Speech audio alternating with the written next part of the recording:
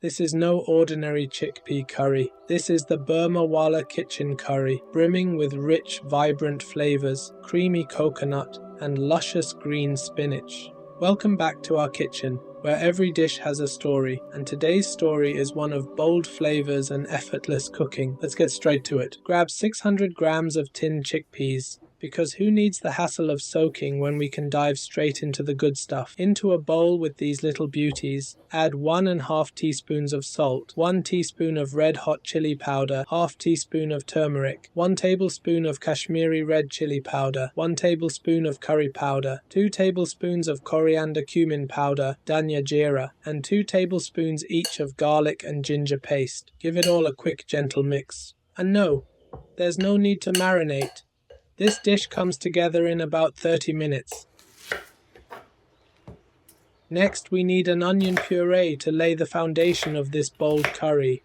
Chop 2 onions and toss them into a food blender. Add about 1/4 cup of water, unless your onions are already watery. Then skip the water. Blitz until silky smooth, then set aside.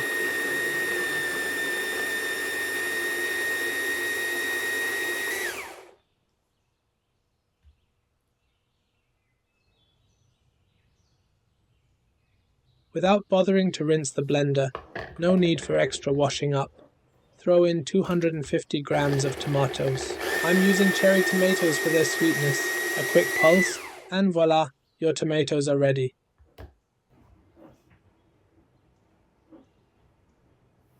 Now, it's time to cook. In a pan, heat 1/4 cup of oil on medium. Once shimmering, in goes the onion puree. Be mindful of splatters. It's a lively process. Fry the onions on medium-high heat for about 10 minutes, covering occasionally to reduce the splatter. Onions are the heart of every great curry, and patience here is key. We want them golden, their moisture evaporated, with the oil starting to rise like a promise of what's to come.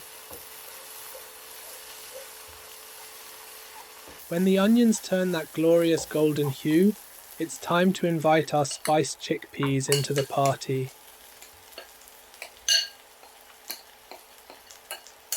Gently fold them in. Remember, we're not making baby food, so keep the chickpeas intact. Since we're using tinned chickpeas, there's no need to cook for long, just enough to release those intoxicating aromas. You'll know it's ready when your kitchen transforms into a spice-scented haven.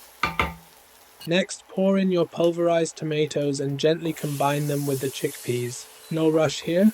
We want a few of the chickpeas to break down, naturally thickening the curry, but not all of them. Fry for 2 minutes, then add 1/4 cup of water. I'm using the water to rinse out every last bit of spice from the bowl. No spice left behind in the Burma Wala kitchen. As usual, all the ingredients, recipe and equipment are in the description box below. Cover the pan and let it all come together for 3 minutes. Now it's time to bring in 400 milliliters of coconut milk.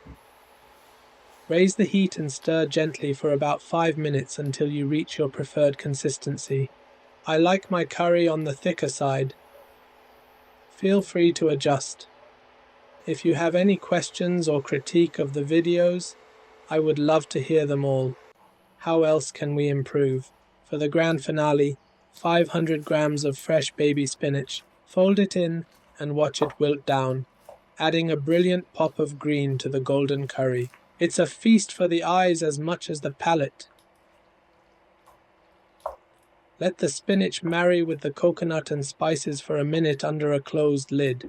And there you have it, a creamy coconutty chickpea curry, swirled with vibrant spinach, just waiting to be devoured.